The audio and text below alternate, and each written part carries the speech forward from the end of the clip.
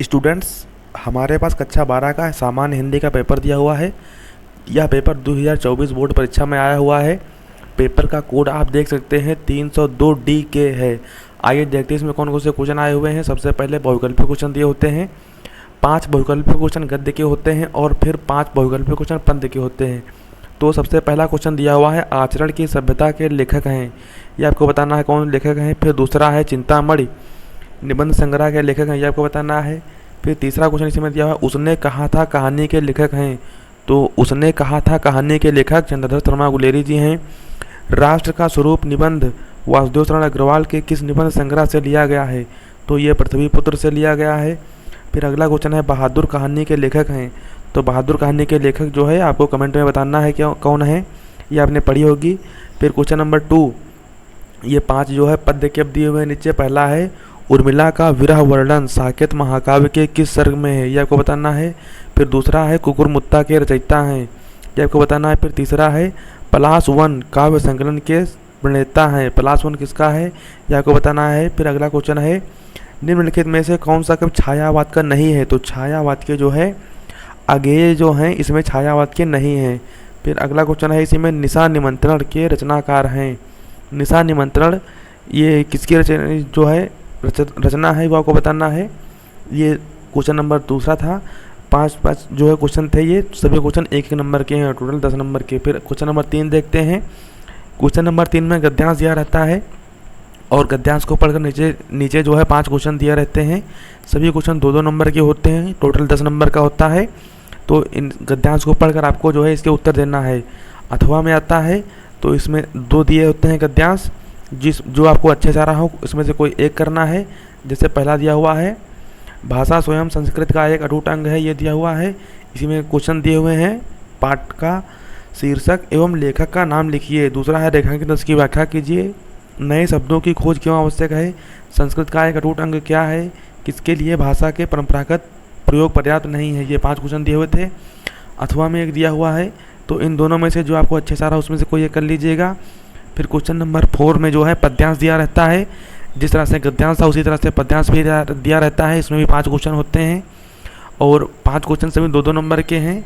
जो आपको आए उसमें से कोई एक कर लीजिएगा। इसमें भी जो अथवा में दिया रहता है, जैसे पहला दिया हुआ है, उपर्युक्त पद्यांश का संदर्भ लिखिए। उपर्युक्त प्रस्तुत पद्यांश में राधा ने अपनी तुलना किससे की है। तो इस प्रकार से 5 क्वेश्चन दिए हुए हैं।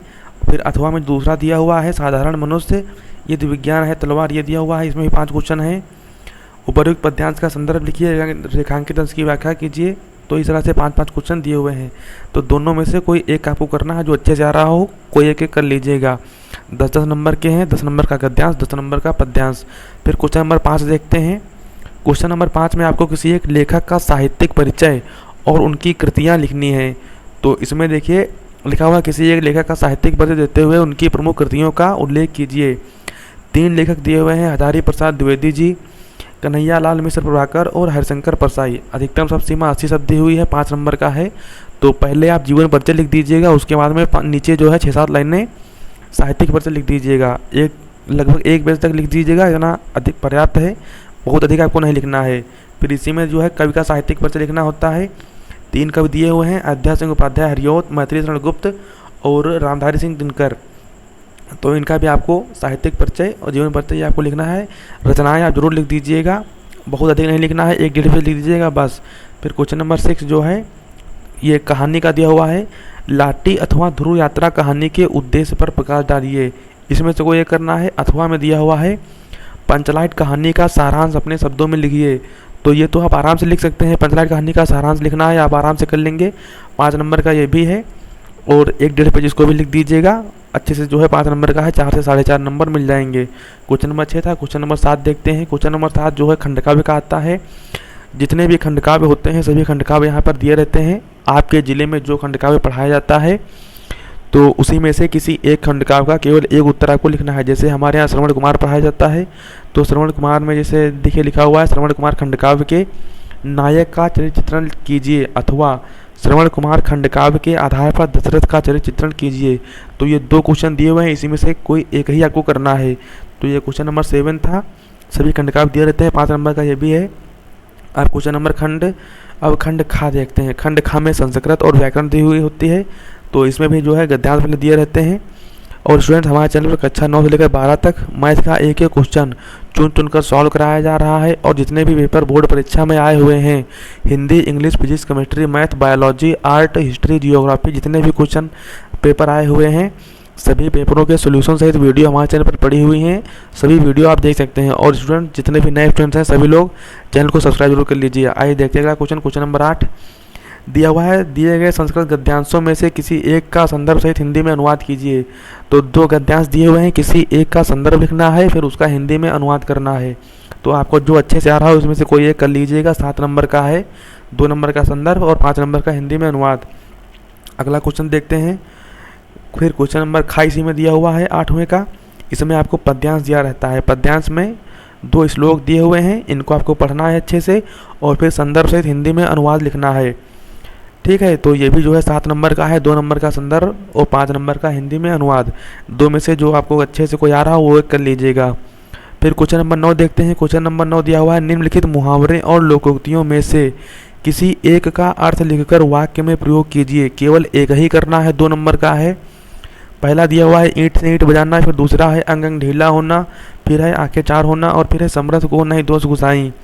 तो इन चारों में से जो आपको अच्छे से आ रहा हो कोई एक कर लीजिएगा, बस एक ही करना है, 2 नंबर का है। फिर क्वेश्चन नंबर 10 दिया हुआ है, अपठित गद्यांश पर आधारित प्रश्नों, निम्नलिखित प्रश्नों के उत्तर दीजिए। ये छोटा सा गद्यांश दिया हुआ है, आपको इसको अच्छे से पढ़ना है और इसी पर बेस्ड नीचे जो है 3 क्वेश्चन दिए हुए हैं जिनके आपको उत्तर लिखना है। तो 2 गद्यांश दिए हुए हैं, इन दोनों गद्यांशों में से आपको जो अच्छे से आ रहा हो पढ़ के उसको जो है उत्तर देना है। तो इनमें से कोई एक कर लीजिएगा। फिर क्वेश्चन नंबर 11 देखते हैं। क्वेश्चन नंबर 11 है, निम्नलिखित शब्द युग्मों का सही अर्थ चयन करके लिखिए। शब्द युग्म दिए हुए हैं, इसका आपको सही अर्थ सुन करके लिखना है। जैसे पहला है मनोज और मनोज, तो ये 4 विकल्प इसमें दिए हुए हैं, जो आपको अच्छे से आ रहा हो इसमें से वो आप टिक कर लीजिएगा। फिर दूसरा है सूर और सुर, तो ये जो है दिया हुआ है, इसको आप कर लीजिएगा। फिर क्वेश्चन नंबर खा दिया हुआ है, निम्नलिखित शब्दों में से किसी एक शब्द के 2 सही अर्थ लिखिए। एक शब्द के 2 अर्थ आपको लिखने हैं। पहला है नाक, फिर है वारिद, फिर है पयोधर और फिर है अर्क। तो इन दोनों में से 4 दिए हुए हैं, 4 में से केवल एक ही आपको करना है और 2 अर्थ लिखने हैं उसके। ये भी 2 नंबर का है। अगला क्वेश्चन देखते हैं, निम्नलिखित वाक्यांशों के लिए एक सही शब्द का चयन करके लिखिए। वाक्यांश के लिए एक साथ आपको लिखना है, किए हुए उपकार को मानने वाला, ये आपको लिखना है। तो इसमें जो है कृतज्ञ हो जाएगा और जो किए गए उपकार को ना मानता हो उसका कृतज्ञ हो जाएगा। अगला क्वेश्चन दिया हुआ है, निम्नलिखित में से किन्हीं 2 वाक्यों को शुद्ध करके लिखिए। तो ये 4 वाक्य नीचे दिए हुए हैं, इनको शुद्ध करके आपको लिखना है। कोई आपको 2 लिखना है। जैसे पहला दिया हुआ है, मोहन ने अलमारी खरीदा, तो इसका सही हो जाएगा मोहन ने अलमारी खरीदी। फिर दूसरा है, अध्यापक ने हमसे निबंध लिखाया, तो इसका हो जाएगा अध्यापक ने हमसे निबंध लिखवाया, लिखवाया हो जाएगा यहाँ पर। फिर तीसरा है, शिक्षक ने छात्र की प्रशंसा की, तो यहाँ पर छात्र देखिए गलत लिखा हुआ है, ये जो है इसको सही करके लिख लेना। फिर अगला है, महादेवी वर्मा कवियत्री थी, यहाँ पर कवियत्री शब्द गलत लिखा है, का व यत्री होता है, वह पर छोटी की मात्रा नहीं लगेगी। फिर क्वेश्चन नंबर 12 दिया हुआ है। 12 में ये जो है फिर रक्षण अलंकार आते हैं। रक्षण अलंकार आप कक्षा 9 से पढ़ते हुए चले आ रहे हैं। पहला इसे दिया हुआ है, वीर रस अथवा हाथ रस की परिभाषा लिखते हुए एक उदाहरण लिखिए। तो इसमें से कोई एक आपको करना है, उदाहरण आप जरूर लिखिएगा। तीनों में से सब में जो उदाहरण है लिखना है। अगला है, फिर उपमा अलंकार अथवा श्लेष अलंकार का लक्षण और उदाहरण लिखिए। इसमें से कोई एक करना है। फिर दोहा छंद अथवा कुंडलिया छंद, तो इनमें से कोई एक जो है आप कर लीजिएगा। क्वेश्चन नंबर 12 था ये। क्वेश्चन नंबर 13 देखते हैं। क्वेश्चन नंबर 13 में जो है प्रार्थना पत्र लिखना होता है।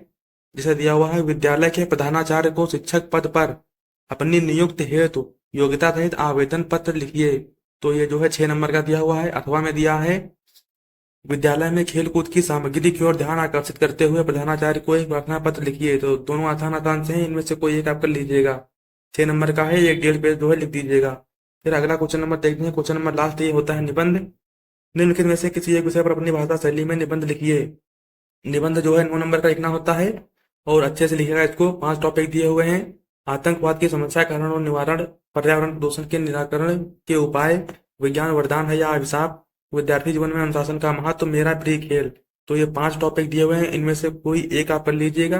तो ये हमारा पेपर दिया हुआ था। और स्टूडेंट्स, इस जो पेपर है इसका लिंक मैं वीडियो के डिस्क्रिप्शन में दे दूंगा। वहां से इसको डाउनलोड कर लीजिएगा और पूरा जो है क्वेश्चन ये पेपर जो है सॉल्व कर लीजिएगा। अच्छे से आप तैयारी कीजिए स्टूडेंट्स, और जितने भी नए स्टूडेंट्स हैं सभी लोग हमारे चैनल को सब्सक्राइब कर लीजिए। धन्यवाद, जय हिंद।